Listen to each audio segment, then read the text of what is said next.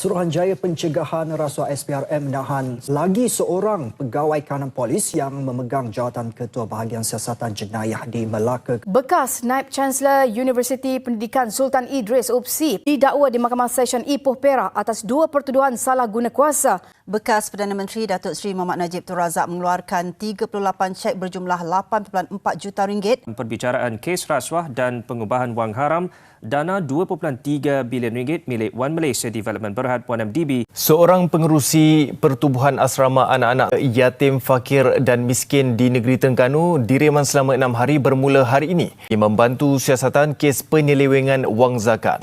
Suruhanjaya Pencegahan Rasuah SPRM lagi seorang Antara kenelandaan gelombang globalisasi yang sedang mewarnai dunia ini, roda pembangunan dan kemajuan bergerak begitu pantas di negara kita.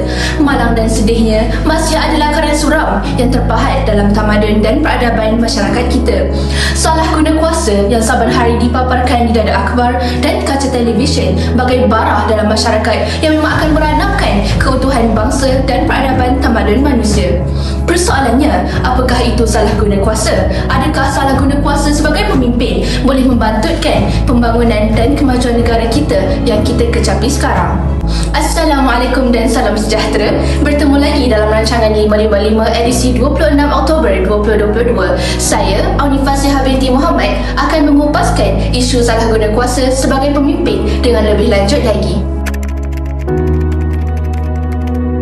Salah guna kuasa boleh didefinisikan sebagai tidak menggunakan sesuatu sebagaimana yang sepatutnya atau menggunakan kuasa dengan cara yang bertentangan dengan undang-undang. Sudah terang lagi bersuluh, pemimpin seharusnya menekankan konsep jati diri serta penerapan etika dalam masyarakat. Namun kini, kita masih dapat melihat wujudnya pemimpin yang mengabaikan tanggungjawab yang diberikan dan menyalahgunakan kuasa yang diperoleh. Bercakap mengenai pemimpin, siapakah pemimpin? Pemimpin ialah ketua sesuatu kumpulan atau organisasi atau kerajaan atau negara. Walaupun konsep etika berubah seiring dengan masa, namun tujuannya tetap sama, iaitu untuk memupuk prinsip moral dalam setiap jiwa individu. Mengikut Pusat Rujukan Persuratan Melayu, etika boleh didefinisikan sebagai prinsip atau nilai-nilai akhlak mulia yang dijadikan pegangan maupun garis panduan bagi seseorang individu ataupun bagi sesuatu kumpulan.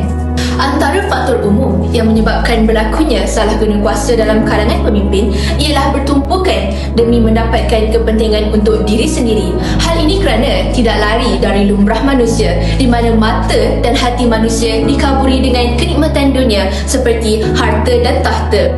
Kelemahan sistem pentadbiran dan kemerosotan kualiti kerja dan hidup masyarakat turut menjadi impak daripada penyalahgunaan kuasa pemimpin, di mana hal ini bukan sahaja berlaku dalam kalangan pemimpin negara, malah turut berlaku dalam kalangan pemimpin di kelompok kecil seperti di institut pengajian dan di industri-industri. Rasuah, penyelewengan wang, pengerahan tenaga serta penipuan atau scam merupakan contoh yang paling sesuai bagi menerangkan salah guna kuasa dalam kalangan pemimpin. Rasuah isunya tidak asing dalam masyarakat kita dan dapat dilihat dari liputan-liputan isu tersebut di akhbar-akhbar dan sosial media. Amalan rasuah ini maupun di peringkat rendah ataupun di peringkat tinggi dalam pembangunan negara boleh membawa kepincangan dalam sistem sosial, ekonomi dan politik sesebuah masyarakat dan negara. Walaupun rasuah melibatkan jumlah yang kecil, ia tetap menjadi satu bentuk pengkhianatan terhadap amanah yang diberikan. Apatah lagi jikalau rasuah melibatkan jumlah wang yang besar, ia sudah tentu boleh meranapkan keutuhan bangsa dan meruntuhkan sistem dan budaya pentadbiran negara. Merujuk kepada statistik rasuah yang dibekalkan oleh SPRM setakat bulan September 2022 ini, telah terdapat sebanyak 42 kes rasuah iaitu 26.42% yang terdapat dalam kalangan penjawat awam dan sebanyak 117 kes rasuah iaitu 73.58% dapat dikesan dalam golongan awam. Turut terdapat jenayah rasuah berprofil tinggi di negara kita seperti kes One Malaysia Development Berhad iaitu 1MDB yang melibatkan bekas Perdana Menteri negara kita iaitu Datuk Seri Najib Tun Razak. Kes 1MDB ini merupakan kes jenayah yang sering menjadi tumpuan dan masih belum dapat diungkaikan sehingga hari ini. Pun begitu, baru-baru ini laman web rasmi Utusan Malaysia yang telah memaparkan berita tentang kes rasuah yang terbaru di mana SPRM berjaya menahan reman 8 individu yang dipercayai terlibat dalam kes rasuah bagi projek milik syarikat berkaitan kerajaan atau GLC. Dipercayai nilai kontrak bagi projek GLC bernilai melebihi 2.3 bilion ringgit ini yang melibatkan projek-projek dari tahun 2017 sehingga 2021. Salah satu jenayah yang kini semakin meruncing di Malaysia adalah jenayah kolar putih.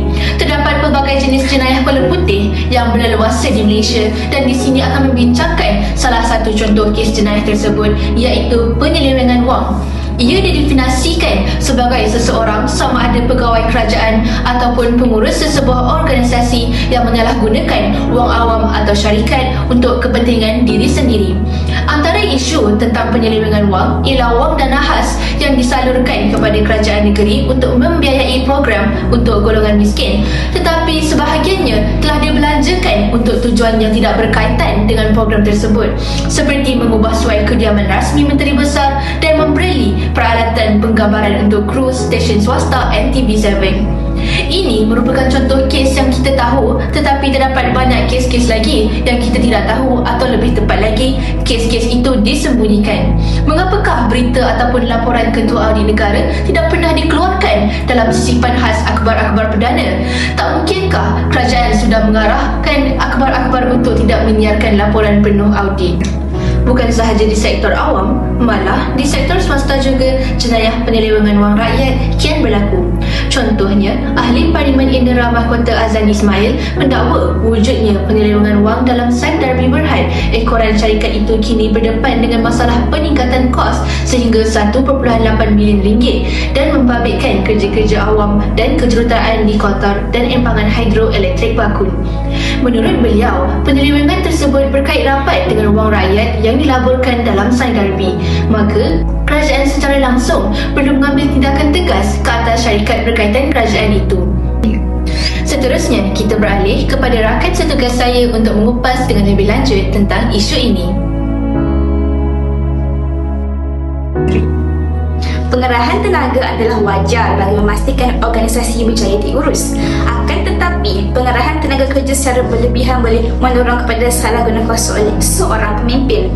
Merujuk kepada Pusat Rujukan Pustrata Melayu, kerahan membawa maksud sesuatu yang dilakukan oleh orang-orang yang dikera ataupun pekerjaan yang masih diusahakan bersama-sama dengan cara bergotong royong.